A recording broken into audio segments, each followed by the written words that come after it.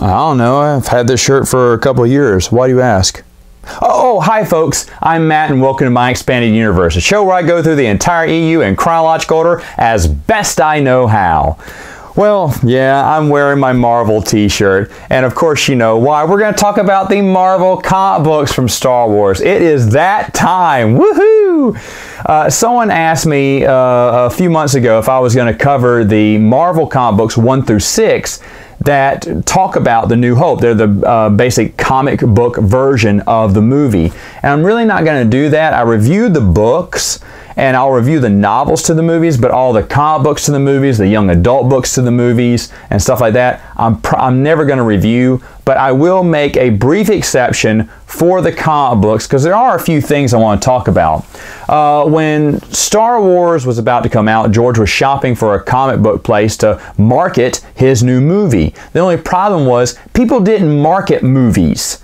You market TV shows. Why? Because TV shows were going to be around for a long time. A movie is going to be in theaters for a few months, disappear, and no one's going to remember it after that.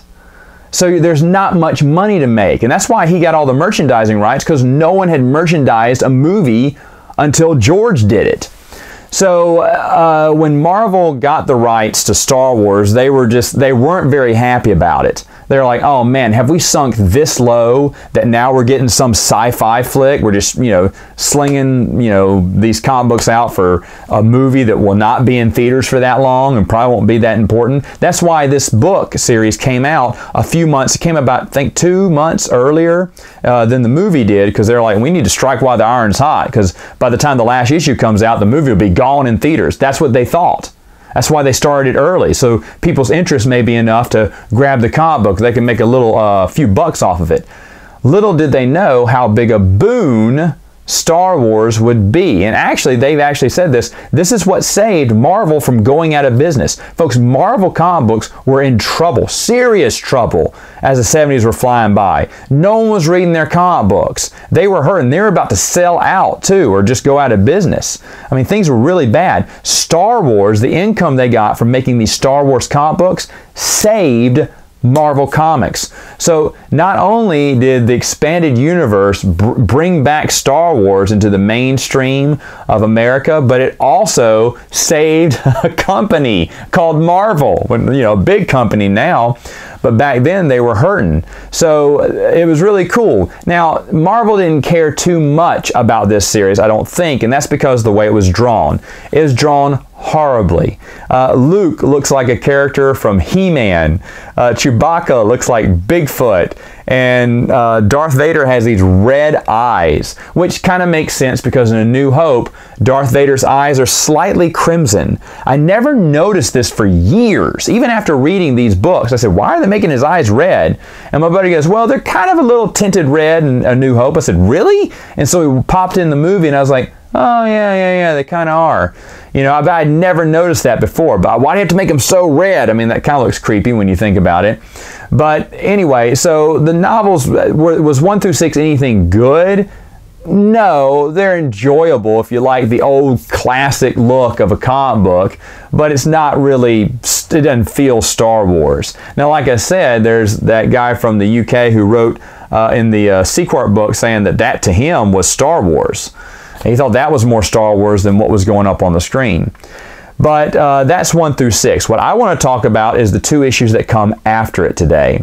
Issue 7 stars Han and Chewie as they go to pay Jabba the Hutt back. Because he owes him money. There's a bounty on his head, as he says at the end of A New Hope. But then, have you ever noticed that in Empire Strikes Back, he's still talking about the bounty that's on his head in Empire Strikes Back? You're going, wait a minute, Han. What? I wonder how many people are sitting there going, wait, how long has it been? How many years, how many months have passed, and he still hasn't paid Jabba back? But it's so urgent. It was urgent in the first movie. Years go by, and it's still urgent today. Han, why haven't you tried to pay him back, man? He has. If you were reading the comic books, you would know that Han took that reward money that he got during A New Hope and went back to Tatooine to try to pay Jabba the Hutt. Unfortunately, he was intercepted by the pirate Crimson Jack, who steals his reward. that the rebellion gave him. And then Han has to earn it back all over again. Now that is something really cool, right? It ties in, explains something between the movies. Now this comic book came out before Empire Strikes Back, but they always had to check with Lucasfilm while they were making newer comic book issues and seeing what they could and could not do. See, people say, oh, they let them do whatever they want back then. That's why they're so zany and crazy. No, Lucasfilm did give yay or nay. They killed a few stories from Marvel because they were too close to Return of the Jedi. And then they killed a few other ideas that they couldn't do. But they gave him a lot of leeway, that is true. And this is one of the stories they let him do, and it makes perfect sense. Like, it fits perfectly in between both movies. Because if he has all his money stolen, then yeah, duh. Oh, that was a big reward money for the princess. He may have to work on that for a couple of years. And then, of course, he's busy fighting the rebellion, right, the whole time. So there's that.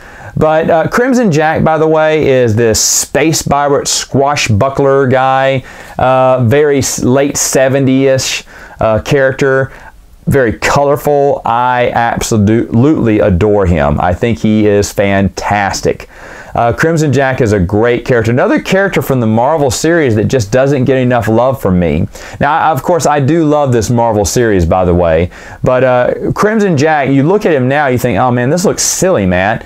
And no one read that book going, oh, this is kind of cheesy. No, they were just as enthralled as I was as a kid if I were to read some of those books. I did read a few. I don't remember what issues I read, but I remember they weren't in order. And I read one of the issues like, what's going on here? I don't understand. It's probably one of the later issues, I remember.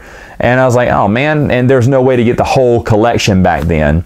But anyway, that's issue number 7. Now issue number 8 has Han and Chewie. They get hired by a moisture farmer to protect them from Cloud Riders. You know, basically this gang of Cloud Riders who swoop in and, you know, ravage the farm. Now, of course, why moisture farm? Because we hadn't heard of any other farm in the universe at this point, so they went with moisture farming. Nice.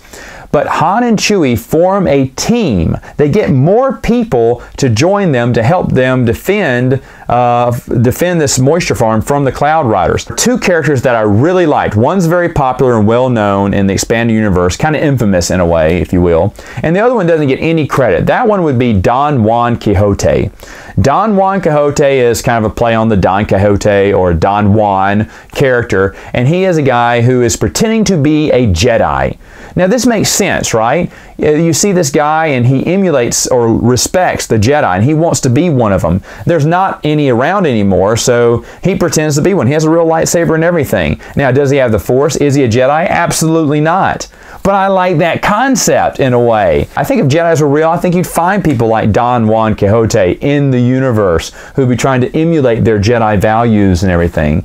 I thought he was a great character. He doesn't get mentioned by EU fans, and that saddens my heart a little. But to be honest, his first appearance in the comic book was overshadowed by someone even bigger, and that is Jackson, the green space bunny rabbit. Yes, Jackson! Everyone loves to hate on him. Though really, have they read these books? I don't think so. A lot of times I see articles come out and they say, worst things about the expanded universe, and they put Jackson in there automatically. Jackson is one of the silliest things ever created. Whatever, you have porgs, don't even talk to me. So Jackson, when I first read him, was, of course, I actually went like this. Is that a green bunny rabbit? Weird, you know. But hey, it was the zeitgeist, the mind of the times back then for comic book writers to come up with zany creatures from outer space in the late 70s. Why is it the only thing they could think of was a human bunny rabbit who's green? Because Martians are green, I guess. I don't know what the thought process was of creating him, although he was created. Now, it is true that George Lucas was not a fan of Jackson. Come on, George. You did the holiday special. Don't fool me, man. I thought Jackson was okay. He's not that bad. He's not that bad as other people say. Is he the best character? He'll never make my top, 50 characters in the expanded universe. Maybe he would. I don't know. I'm just saying he's not my favorite, but he's not bad either. He's just a guy. He's a tough-talking bunny rabbit. When you think about it, That's kind of cool. But issue 8 is his first appearance, and he's infamous in the Star Wars universe, but he's not as pathetic as everyone leads you to believe. All right, folks, that's all the time I have for now. See you next time with more videos.